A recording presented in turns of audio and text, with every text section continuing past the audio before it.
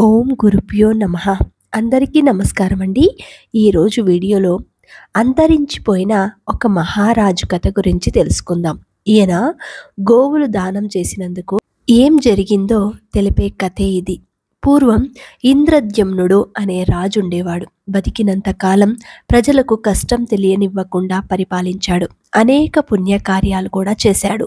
యజ్ఞయాగాలు చేశాడు. తను చాలించిన తర్వాత పుణ్య ప్రభావం వల్ల స్వర్గానికి వెళ్ళాడు. అక్కడ అనేక సంవత్సరాలు సుఖభోగాలను అనుభవిస్తూ కాలం గడిపాడు. ఏళ్లు గడిచాక భూలోకంలో అతడి కీర్తి అంతరించిపోయింది.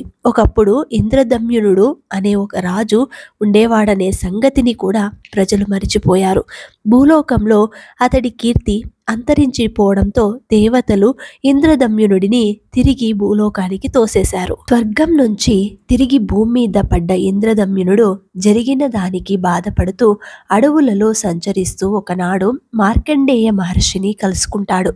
మహర్షి, నేనెవరో మీకు తెలుసు కదా, నా పేరు ఇంద్రదమ్యునుడు అన్నాడు. మార్కండేయుడు అతడిని తేరిపారా చూసి, నాయనా, నువ్వెవరో నాకు తెలియదు, నీ పేరు ఎన్నడూ వినలేదు.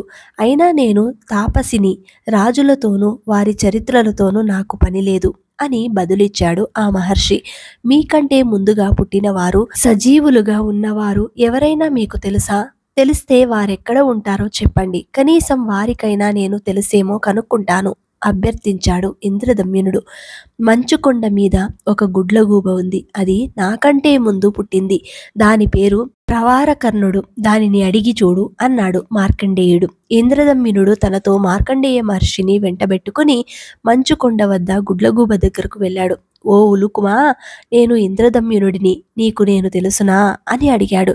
తెలియదని బదులిచ్చింది గుడ్లగూబ. కాస్త నిరాశ చెందిన ఇంద్రదమ్యునుడు, పోనీ నీకన్నా ముందుగా పుట్టి సజీవులుగా ఉన్నవారు ఎవరైనా నీకు తెలుసునా అని అడిగాడు.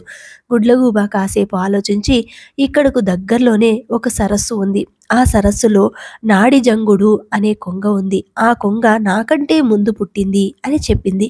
ఇంద్రదమ్యునుడు ఈసారి మార్కండేయుడిని గుడ్లగూబను వెంటబెట్టుకుని సరస్సు వద్దకు తీసుకెళ్లాడు. అక్కడ కొంగను కలుసుకుని, నీకు ఇంద్రదమ్యునుడు తెలుసా అని అడిగాడు. నాకు తెలియదు గాని నాకంటే ముందుగా పుట్టిన తాబేలు ఇదే సరస్సులో ఉంటుంది, దానికి తెలిసేమో అంది కొంగ. దయచేసి ఆ తాబేలుని పిలుస్తావా, కనుక్కుంటాను అన్నాడు ఇంద్రదమ్యునుడు. తాబేలుకు కబురు పంపింది కొంగ. ముసలి తాబేలు నెమ్మదిగా తడబడుతూ సరస్సు ఒడ్డుకు వచ్చింది. కచ్చపరాజమా, నీకు ఇంద్రదమ్యునుడు తెలుసా అని అడిగాడు. తాబేలు కాసేపు ఆలోచించి, ఆ మహారాజు తెలియకపోవడమేంటి? చల్లని మహారాజు, 1000 యజ్ఞాలు చేశాడు, గొప్ప దానాలు చేశాడు. ఆయన పరిపాలన సాగినన్నాళ్ళు రాజ్యంలో నిత్య సంతర్పణలు జరిగేవి. ఆ మహారాజు భూసురులకు వేలాది గోవులను దానం చేయడం వల్ల, ఆ గోవులు తొక్కుతూ సంచరించడం వల్లనే ఇక్కడ ఈ సరోవరం ఏర్పడింది. అసలు ఈ సరస్సు పేరు ఏమిటనుకున్నావు? ఇది ఇంద్రదమ్యున సరోవరం అని బదులిచ్చింది. హమ్మయ్య, నా గురించి తెలిసిన జీవి ఒకటి ఇంకా ఈ భూమి మీద జీవించి ఉంది అని మనసులో సంతోషించాడు ఇంద్రదమ్యునుడు. తాబేలు మాటలకు ఆనందపరవశుడయ్యాడు. కచ్చపరాజమా, నేనే ఆ ఇంద్రదమ్యున మహారాజును అని చెప్పి ఆ తాబేలుకు నమస్కరించాడు. ఇంద్రదమ్యునుడి కీర్తి ఇంకా భూమి మీద మిగిలే ఉండటంతో దేవతలు దివ్య విమానంలో అక్కడకు చేరుకున్నారు. ఇంద్రదమ్యున, నీ కీర్తి మాసిపోనందుకు మాకు సంతోషంగా ఉంది. నువ్వు వెంటనే మాతో వచ్చి స్వర్గంలో ఉండాలని కోరుకుంటున్నాం అని ముక్తకంఠంతో పలికారు దేవతలు. ఇంద్రదమ్యునుడు వారితో పాటు దివ్య విమానం ఎక్కి స్వర్గానికి తిరిగి బయలుదేరాడు.